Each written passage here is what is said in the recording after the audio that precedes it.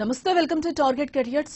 Inter BiPC students కి నవ్య days ఎన్నో latest courses అందుబాటులో ఉన్నాయి. వాటిలో ఏ కోర్సుతో ఎటువంటి ఫ్యూచర్ ఉంటుంది, ఏ కోర్సులతో జాబ్స్ వెంటనే లభిస్తాయి, ఆ కోర్సులో అడ్మిషన్స్ ఎలా పొందాలి, లేటెస్ట్ కోర్సెస్ ఆఫర్ చేస్తున్న కాలేజెస్ ఎక్కడున్నాయి, వాటిలో ఫీజులు ఎంతుంటాయి, తెలుగు రాష్ట్రాల నుండి ఎక్కువ మంది స్టూడెంట్స్ ఏ ఇతర రాష్ట్రాల్లో చదువుతున్నారు, ఓ కోర్సును అలానే కాలేజ్ను చూస్ చేసుకునే ముందు విద్యార్థులు అలాగే తల్లిదండ్రులు ఎటువంటి విషయాలు తెలుసుకోవాలి, మరెన్నో విషయాలను ఎడ్యుకేషనల్ గైడెన్స్ ఎక్స్పర్ట్ ప్రొఫెసర్ కోట సాయిబాబా గారిని అడిగి మరిన్ని వివరాలు తెలుసుకుందాం. నమస్తే సాయి గారు.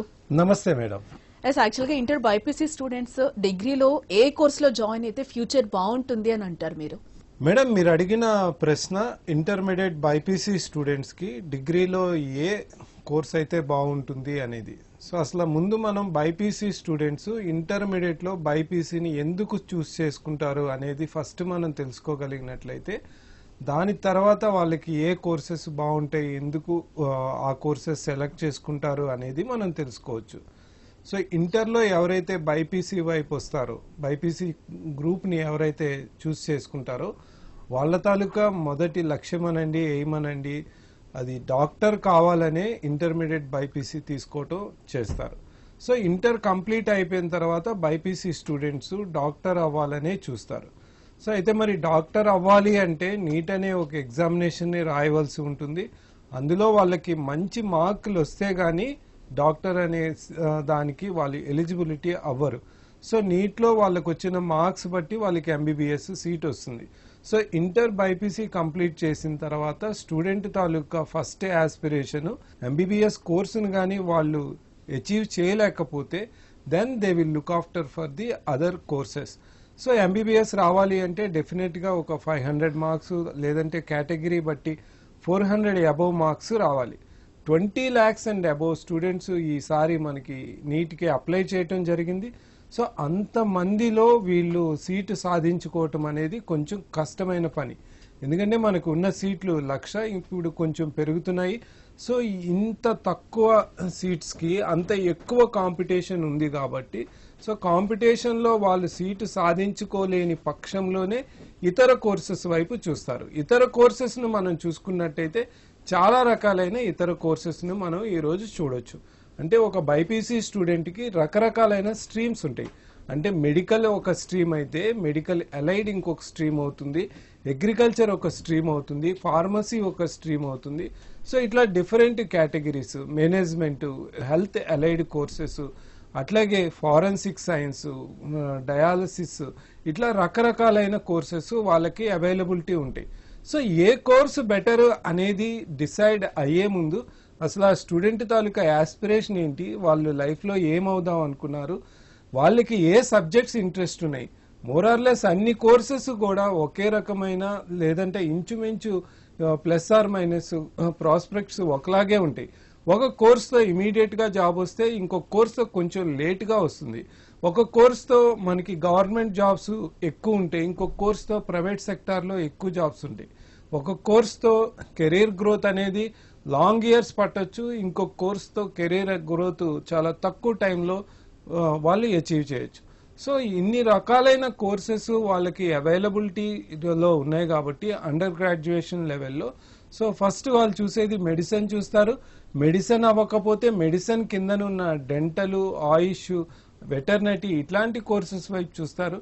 అవి కూడా వాళ్ళు లేకపోతే then they will look into the other fields like agriculture కానీ, ఫార్మసీ కానీ, నర్సింగ్ కానీ, మేనేజ్మెంట్ కానీ, హోటల్ మేనేజ్మెంట్, కంప్యూటర్స్, ఇట్లా రకరకాలైన ఉంటాయి. వాటిల్లో వాళ్ళకి ఏదైతే బెస్ట్ అనుకుంటారో దాని వైపు వెళ్తారు.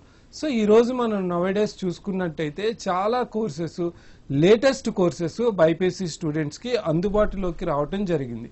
ఇంతకు ముందు మనకి మెడికల్ టెక్నాలజీ కోర్సెస్ పెద్దగా ఉండేవి కాదు. ఇప్పుడు medical technology courses like radiology కానీ, ఇమేజింగ్ టెక్నాలజీ కానీ, ఎమర్జెన్సీ టెక్నాలజీ కానీ ఇట్లాంటి కోర్సెస్ వచ్చినాయి. అట్లాగే కొన్ని కోర్సెస్ ఇప్పుడు మనకి ఫ్యూచర్కి బాగా ఉపయోగపడే కోర్సెస్ లైక్ ఫుడ్ టెక్నాలజీ కానీ, బయోటెక్నాలజీ కానీ, ఫారెన్సిక్ సైన్స్ కానీ ఇట్లాంటి కోర్సెస్లో మంచి ప్రాస్పెక్ట్స్ ఉంటాయి. సో ఏ కోర్సుకి వెళ్ళాలి అనేది స్టూడెంట్ తాలూకా లక్ష్యాలు ఏంటి అనే దాని మీదే ఆధారపడి ఉంటుంది. So BiPC students maximum first preference మెడిసిన్కి ఇస్తారు. మెడిసిన్ రాకపోతేనే మిగతా కోర్సెస్ వైపు చూస్తారు. ఉన్న కోర్సెస్లో ఏది బెస్ట్ అనేది మనము చెప్పే కంటే స్టూడెంట్ తాలూకా ఇంట్రెస్ట్స్, స్టూడెంట్ తాలూకా స్కిల్స్, స్టూడెంట్స్ తాలూకా ఎబిలిటీస్, తనకున్న కెరీర్ ఆబ్జెక్ట్స్, వీటిని అన్నిటిని చూసి మనం చెప్పగలం మేడం.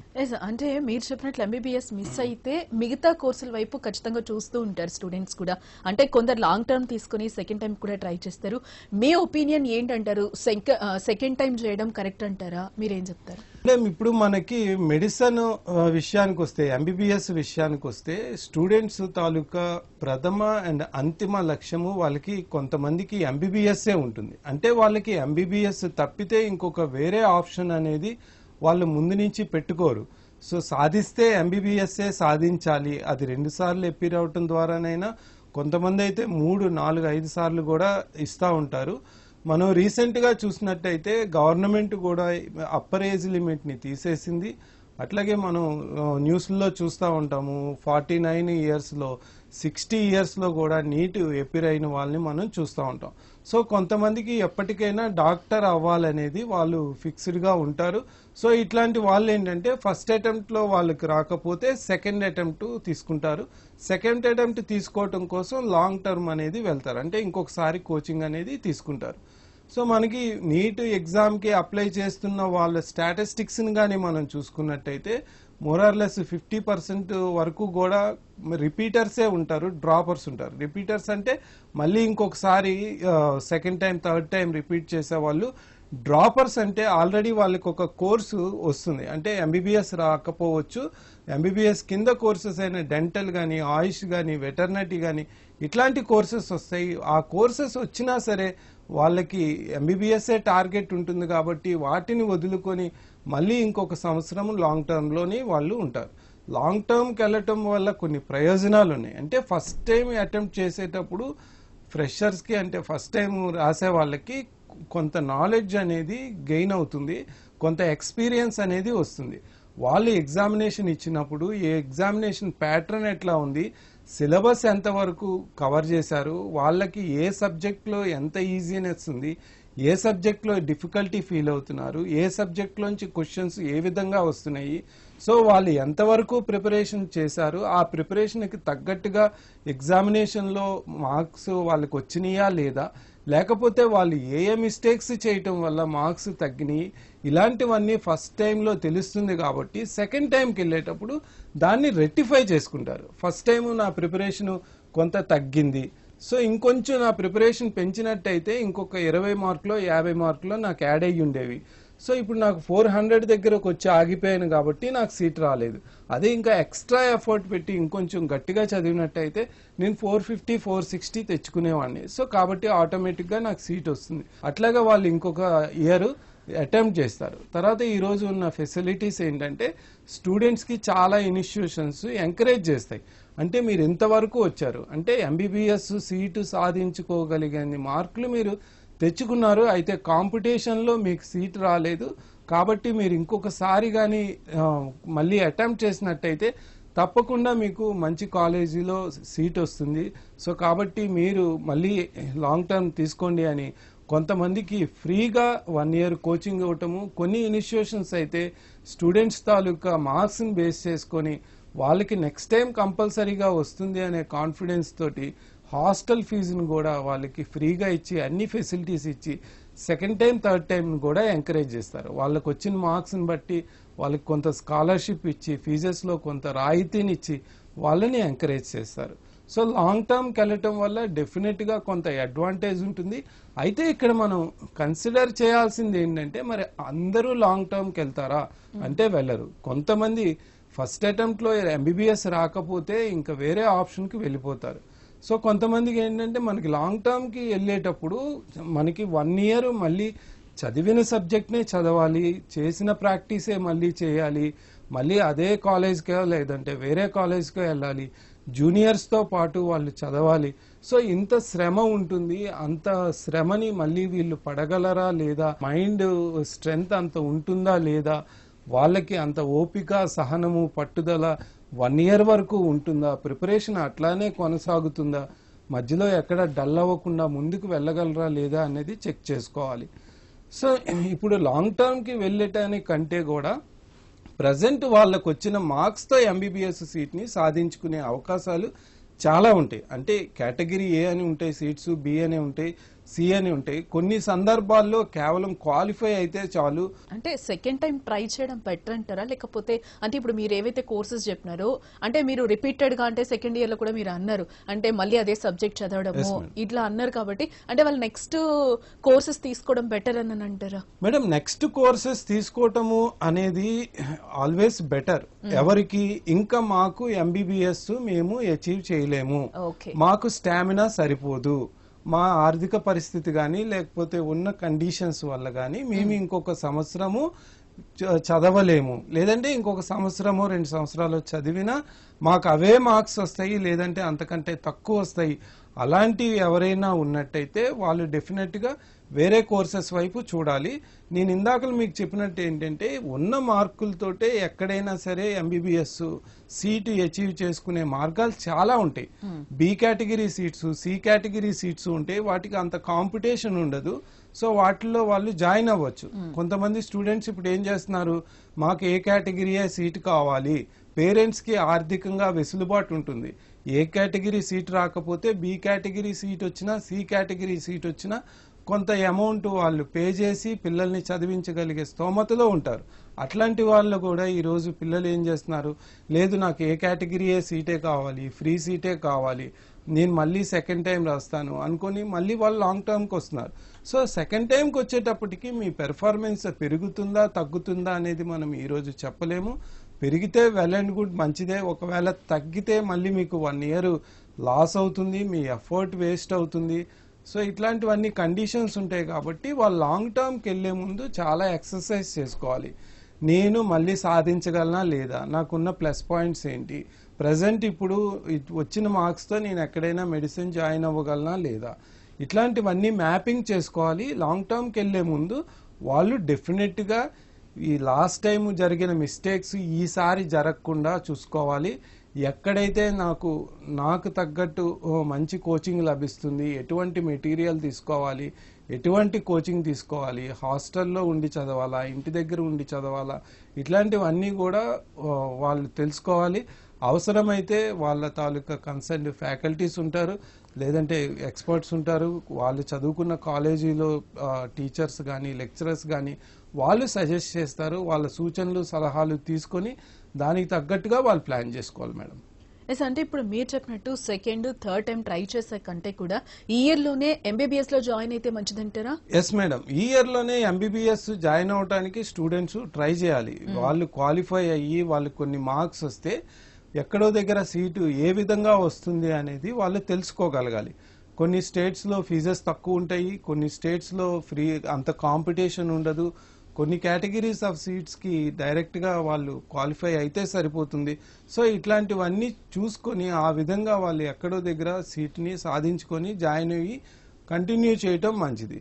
సో ఆ విధంగా చేసుకున్నట్టయితే వాళ్ళకి ఇయర్ సేవ్ అవుతుంది, రెండోది ఎఫర్ట్ సేవ్ అవుతుంది, చాలా ఫ్రీ అవుతారు.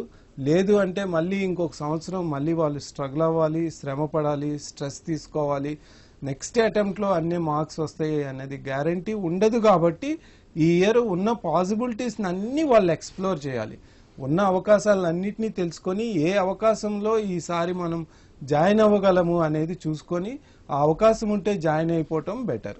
అంటే సాయి గారు ఎక్కువగా ఎలాంటి కోర్సెస్ తీసుకుంటే వెంటనే జాబ్స్ కి ఆస్కారం ఉంటుందంటారు? మేడం, ఈ రోజు మనం చూసినట్టయితే బైపీసీ స్టూడెంట్స్ కి గతంలో కంటే చాలా మంచి కోర్సెస్ అందుబాటులో ఉన్నాయి. ఇంతకు ముందు లిమిటెడ్ కోర్సెస్, లిమిటెడ్ స్కోప్ ఉన్న కోర్సెస్ ఉండేవి. ఇప్పుడు మనకి over the period of time చాలా లేటెస్ట్ కోర్సెస్, అడ్వాన్స్డ్ కోర్సెస్, మంచి జాబ్స్ వచ్చే కోర్సెస్ వచ్చినాయి. సో ఇందులో మనము ఈ కోర్సెస్ అన్నిటినీ డివైడ్ చేస్తాము. మీకు ఫస్ట్ లో చెప్పినట్టు కొన్ని పారామెడికల్ కోర్సెస్ ఉంటాయి, కొన్ని మెడికల్ కోర్సెస్ ఉంటాయి, కొన్ని మెడికల్ అలైడ్ కోర్సెస్ ఉంటాయి, కొన్ని మేనేజ్మెంట్ కోర్సెస్ ఉంటాయి, కొన్ని ఆర్ట్స్ కోర్సెస్ ఉంటాయి, కొన్ని సైన్స్ కోర్సెస్ ఉంటాయి, కొన్ని ఫార్మసీ రిలేటెడ్ కోర్సెస్ ఉంటాయి, కొన్ని వొకేషనల్ ఓరియంటెడ్ కోర్సెస్ ఉంటాయి, కొన్ని క్రాఫ్ట్ కోర్సెస్ ఉంటాయి. సో రకరకాలైన కోర్సెస్ ఉంటాయి.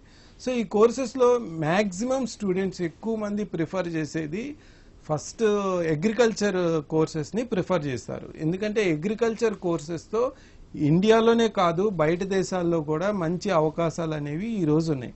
సో అగ్రికల్చర్ కోర్సెస్తో government jobs like agriculture officers కానీ, ఎక్స్టెన్షన్ ఆఫీసర్స్ కానీ, డెవలప్మెంట్ ఆఫీసర్స్ కానీ, రీసెర్చ్ సైంటిస్ట్స్ కానీ ఇట్లాంటి జాబ్స్ వస్తాయి. సో అగ్రికల్చర్ కోర్సెస్ని వాళ్ళు చూస్ చేసుకుంటారు. రెండోది అగ్రికల్చర్ అలైడ్ కోర్సెస్ని వాళ్ళు చూస్ చేసుకుంటారు. లైక్ ఫిషరీస్ కానీ, హార్టికల్చర్ కానీ, డైరీ టెక్నాలజీ కానీ, బయోటెక్నాలజీ, ఇంజనీరింగ్ కానీ ఇట్లాంటి కోర్సెస్తో కూడా వాళ్ళకి మంచి అవకాశాలు అనేవి ఉంటాయి కాబట్టి వాటి వైపు చూస్తారు. సో ఇప్పుడు మనకి ప్రజెంట్ లేటెస్ట్గా వస్తున్న కోర్సెస్లో మెడికల్ రిలేటెడ్ బయోమెడికల్ సైన్సెస్ అని, dialysis technology courses, imaging technology, audiology, తర్వాత రిఫ్లెక్సాలజీ, అలాగే ఆప్టిమెట్రీ, రకరకాలైన కోర్సెస్ టెక్నాలజీ పరంగా దట్టు విత్ మెడికల్ ఫీల్డ్కి సంబంధించి చాలా కోర్సెస్ వచ్చాయి. ఈ కోర్సెస్లో వీళ్ళు హాస్పిటల్ సెట్టింగ్స్లో ఉంటారు, హెల్త్ సెటప్స్లో ఉంటారు. మోరార్లెస్ డాక్టర్స్ ఏ విధంగానైతే పేషెంట్స్కి సర్వీసెస్ ఇస్తారో వీళ్ళు కూడా పేషెంట్స్కి కొంత సర్వీసెస్ ఇస్తారు. డాక్టర్స్తోని హాస్పిటల్ సెటప్ తోటి కలిసి వర్క్ చేస్తారు. సో వీటికి ఎవర్ గ్రోయింగ్ డిమాండ్ ఉంటుంది. మన దేశంలోని ఇతర దేశాల్లోని మంచి ప్రాస్పెక్ట్స్ ఉంటాయి. అట్లాగే గవర్నమెంట్ సైడ్ నుంచి కూడా వీటిలో ఉద్యోగాలు పొందే అవకాశాలు ఉంటాయి. అట్లాగే కొన్ని కోర్సెస్ చిన్న కోర్సెస్ ఉంటాయి, అంటే 3 years డ్యూరేషన్ ఉంటాయి. ఆ కోర్సెస్తో వాళ్ళకి ప్రజెంట్ ఇప్పుడు బూమింగ్ కోర్సెస్ అంటాం, లైక్ ఫారెన్సిక్ సైన్స్ ఉంది. ఫారెన్సిక్ సైన్స్ ఇప్పుడు బాగా ట్రెండింగ్లోకి వస్తుంది. ట్రెండింగ్ ఇన్ ద సెన్స్ ఎక్కువ పాపులారిటీలోకి వస్తుంది. ఇంతకు ముందు వరకు ఈ కోర్సు గురించి పెద్దగా ఎవరికి తెలియదు.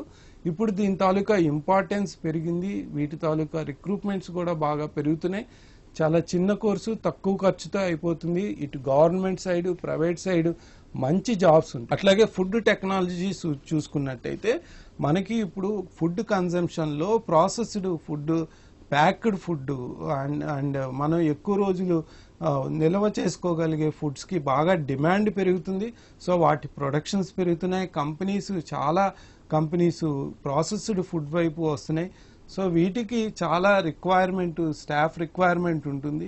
గవర్నమెంట్ కూడా చాలా ఇనిషియేటివ్స్ తీసుకొని ఈ ఫుడ్ రిలేటెడ్ ఇండస్ట్రీస్ని బాగా పైకి తీసుకురావడం కోసం ఫుడ్ పార్క్స్ని పెడుతుంది, ఫుడ్ ప్రాసెసింగ్ యూనిట్స్ని పెడుతుంది, హబ్స్ని పెడుతుంది, ఎక్స్పోర్ట్స్ని డెవలప్ చేస్తుంది. సో వీటన్నిటిలో వీళ్ళ తాలూకా అవసరం ఉంటుంది కాబట్టి ఫుడ్ టెక్నాలజీ కూడా ఈరోజు మనం ఒక మంచి లేటెస్ట్ కోర్సు, దానికి కూడా ఫ్యూచర్లో మంచి డిమాండ్ ఉంటుందని చెప్పొచ్చు. అంటే మీరు చెప్పిన కోర్సులో ఎలా అడ్మిషన్స్ పొందాలంటారు సాయి గారు? మేడం, ఇప్పుడు నేను మీకు చెప్పిన కోర్సెస్లో అడ్మిషన్స్ తీసుకోవాలి అంటే ఇక్కడ మనకి ఒకటి గవర్నమెంట్ కాలేజెస్లో అడ్మిషన్స్ తీసుకోవటము ఒక process, private colleges, private institutions, deemed యూనివర్సిటీస్లో అడ్మిషన్స్ తీసుకోవటము ఇంకొక ప్రాసెస్. సో గవర్నమెంట్ కాలేజెస్లో మీరు అడ్మిషన్స్ తీసుకోవాలి అని అనుకుంటే మీరు ఉన్న రెస్పెక్టివ్ స్టేట్, అంటే మీరు ఆంధ్రాలో ఉండి అగ్రికల్చర్ కోర్సెస్ చేయాలి అనుకుంటే ఆంధ్ర గవర్నమెంట్ కండక్ట్ చేసే ఎంసెట్ ఎగ్జామినేషను బైపీసీ స్ట్రీమ్ది రాయాలి. రాస్తే మీకు ఆచార్య ఎన్జి రంగా అగ్రికల్చర్ యూనివర్సిటీకి అనుసంధానంగా కన్స్టిట్యూయెంట్ కాలేజెస్ అంటాము. వాటిల్లో మీకు ఈ కోర్సులకి కొన్ని సీట్స్ ఉంటాయి. ఆ సీట్స్లో మీకు కాంపిటీషన్ బేస్ చేసుకొని కౌన్సిలింగ్లో మీ మార్క్స్ ఆధారంగా, మీకు ర్యాంక్ ఆధారంగా మీకు సీట్స్ అనేవి వస్తాయి. అలాగే తెలంగాణ స్టేట్కి వస్తే తెలంగాణ స్టేట్లో కూడా మనకి ప్రొఫెసర్ జయశంకర్ తెలంగాణ రాష్ట్ర వ్యవసాయ విశ్వవిద్యాలయం ఉంది. దాని కింద కూడా కొన్ని అనుబంధ, అంటే గవర్నమెంట్ తాలూకా రన్ ఇన్స్టిట్యూషన్స్ ఉంటాయి. వాటిల్లోని మీకు అడ్మిషన్స్ తీసుకోవాలి అంటే ఇక్కడ టీఎస్ఏ ఎంసెట్లోని మీకు మంచి మార్కులు వచ్చి ఉండాలి. కౌన్సిలింగ్లో పార్టిసిపేట్ చేయాలి. మీ కేటగిరీని బేస్ చేసుకొని మీకు వచ్చిన ర్యాంక్ ఆధారంగా ఇక్కడ సీటును అనేది మీరు సాధించుకోవచ్చు. అయితే మన ఆంధ్ర తెలంగాణలో ప్రభుత్వ కాలేజీలు చాలా తక్కువ ఉన్నాయి, అంటే హ్యాండ్ఫుల్ నెంబర్ అన్నమాట. చాలా తక్కువ నెంబర్స్లో ఉన్నాయి. ఇందులో ఉండే సీట్ల లభ్యత కూడా చాలా తక్కువ. మరి బైపీసీ స్టూడెంట్స్ లక్షల్లో ఉంటారు. ఇంతమందికి అన్ని వేలల్లో సీట్లు అంటే కష్టం కాబట్టి తప్పనిసరిగా వీళ్ళు ప్రైవేట్ కాలేజెస్లోకి వెళ్ళాలి. ప్రైవేట్ కాలేజెస్ అంటే మన స్టేట్లో తక్కువ ఉన్నాయి ప్రైవేట్ కాలేజెస్. బయట ఇతర రాష్ట్రాల్లో ఈ అగ్రికల్చర్ రిలేటెడ్ అలైడ్ అగ్రికల్చర్ కోర్సెస్కి ఇతర రాష్ట్రాల్లో ఎక్కువ యూనివర్సిటీస్ కాలేజెస్ వాళ్ళు ఆఫర్ చేస్తున్నారు. మన తెలుగు రాష్ట్రాల నుంచి స్టూడెంట్స్ గత 5-10 సంవత్సరాల నుంచి బయట రాష్ట్రాలకి వెళ్ళి ఈ కోర్సెస్ని చదువుతారు. అక్కడికి వెళ్ళాలి అంటే ఆ తాలూకా యూనివర్సిటీస్ తాలూకా ఎంట్రన్స్ టెస్టులు రాయవలసి ఉంటుంది. వాటికి అప్లై చేస్తే మెరిట్ బేసిస్ ఇస్తారు. కొన్ని డైరెక్ట్గా మేనేజ్మెంట్ కోటా పేమెంట్ సీట్స్ ఇట్లా ఉంటాయి. వాటిలో డైరెక్ట్గా అడ్మిషన్ అనేది తీసుకోవచ్చు మేడం. అంటే ఇప్పుడు మనం రాష్ట్రాల గురించి మాట్లాడుకున్నాం కాబట్టి మన తెలుగు రాష్ట్రాల స్టూడెంట్స్ కూడా ఇక్కడ ఎంబీబీఎస్ చేయకంటే కూడా పక్క దేశాలతో తక్కువ ఉంటుంది ఫీజులు కూడా, అక్కడ ఎంబీబీఎస్ కంప్లీట్ చేయొచ్చు అనేది కూడా స్టూడెంట్స్ లో చాలా వరకు ఉంటుంది. దీనికి ఏంటి బయట దేశాల్లో ఎంబీబీఎస్ అనేది కంపారిటివ్ గా మన దేశం కన్నా తక్కువ ఖర్చులో అవుతుంది. అయితే ఇక్కడ మన దేశంలో ఎంబీబీఎస్ కంప్లీట్ చేయాలి అంటే దాదాపు ఒక 60 లక్షల నుంచి 70 లక్షల వరకు ఖర్చు అయితే, అదే బయట దేశాల్లో సగానికి అవుతుంది. అంటే ఒక 35 లక్షలు 45 లక్షల లోపు వాళ్ళకి అవుతుంది.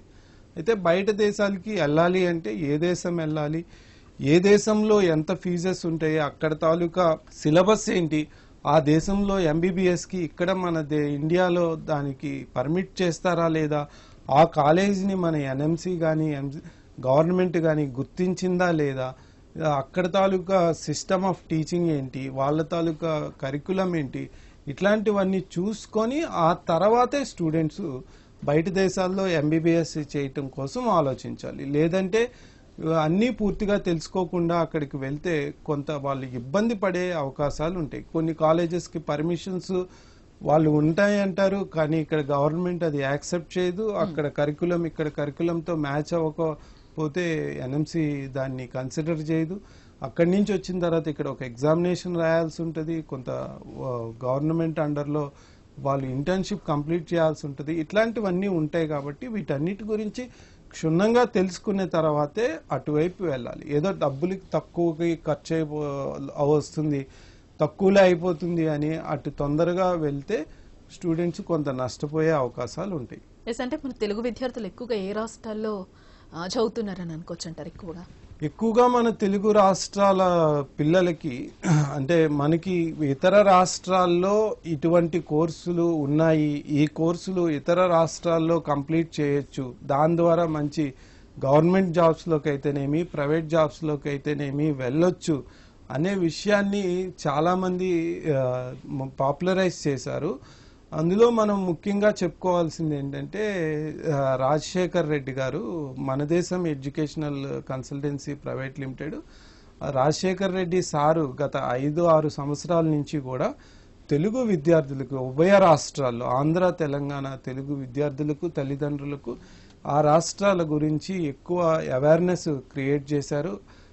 ఎక్కువగా మహారాష్ట్ర మధ్యప్రదేశ్ రాష్ట్రాలలో మనకి agriculture related allied agriculture courses related colleges ఉన్నాయి. ఆ కాలేజెస్లో ఆఫర్ చేసే కోర్సెస్ గురించి అక్కడే అడ్మిషన్స్ ప్రాసెస్ గురించి వీళ్ళు ప్రత్యేకించి ప్రతి సంవత్సరము ప్రముఖ పట్టణాల్లో అవేర్నెస్ క్యాంప్స్ అవి కండక్ట్ చేసి వందల సంఖ్యలో పిల్లల్ని అక్కడికి జాయిన్ అయ్యేటట్టు చాలా రాజశేఖర్ రెడ్డి గారు కృషి చేశారు. సో నాకు తెలిసినంత వరకు ఎక్కువ మంది మన తెలుగు విద్యార్థులు అయితే మహారాష్ట్ర వెళ్తారు, లేదంటే మధ్యప్రదేశ్ వెళ్తారు, ఆ తర్వాత కర్ణాటక తమిళనాడు ఉత్తరప్రదేశ్ ఇట్లా మిగతా రాష్ట్రాలకు వెళ్తారు. అయితే మీరు అడిగినట్టు ఎక్కువ మంది విద్యార్థులు అయితే మహారాష్ట్ర లేదంటే మధ్యప్రదేశ్. అంటే ఫైనల్ గా మిమ్మల్ని కలవాలంటే ఎలా మేడం గారు? నన్ను కలవాలి అనుకుంటే, నన్ను సంప్రదించాలి అనుకుంటే స్క్రీన్ పైన ఉన్న నెంబర్లో పేరెంట్స్ కానీ స్టూడెంట్స్ కానీ కాంటాక్ట్ చేస్తే వాళ్ళకి ఏ కోర్సు బాగుంటుంది, ఏ కోర్సు వల్ల ఎటువంటి ఉద్యోగ ఉపాధి అవకాశాలు లభిస్తాయి, ఆ కోర్సుకు వాళ్ళు ఎట్లా అప్లై చేయాలి, సీట్స్ ఎలా పొందాలి, ఫ్రీ సీట్స్ ఎట్లా వాళ్ళకి వస్తాయి, స్కాలర్షిప్స్ ఎట్లా తెచ్చుకోవచ్చు, వాళ్ళకి ఆర్థికంగా కానీ ఏమైనా ఇబ్బందులు ఉంటే ఎడ్యుకేషనల్ లోన్స్ ఉంటాయి గవర్నమెంట్ సైడ్ నుంచి ప్రైవేట్ సైడ్ నుంచి, వాటిని వాళ్ళు ఏ విధంగా వినియోగించుకొని కంప్లీట్ చేసుకోవచ్చు, ఇట్లాంటివి కంప్లీట్గా చెప్తాను. వాళ్ళు స్థిరపడే వరకు నేను చక్కటి కెరీర్ గైడెన్స్ వాళ్ళకి అందిస్తాను మేడం. రైట్ సాయి గారు, బైపీసీ స్టూడెంట్స్ కి మంచి సలహాలు సూచించినందుకు thank you so much. Thank you madam. నమస్తే. సో చూసారుగా, ఇది వాళ్ళ టార్గెట్ కెరియర్స్. నెక్స్ట్ ప్రోగ్రామ్ లో మళ్ళీ కలుద్దాం. మంచి కీప్ వాచింగ్.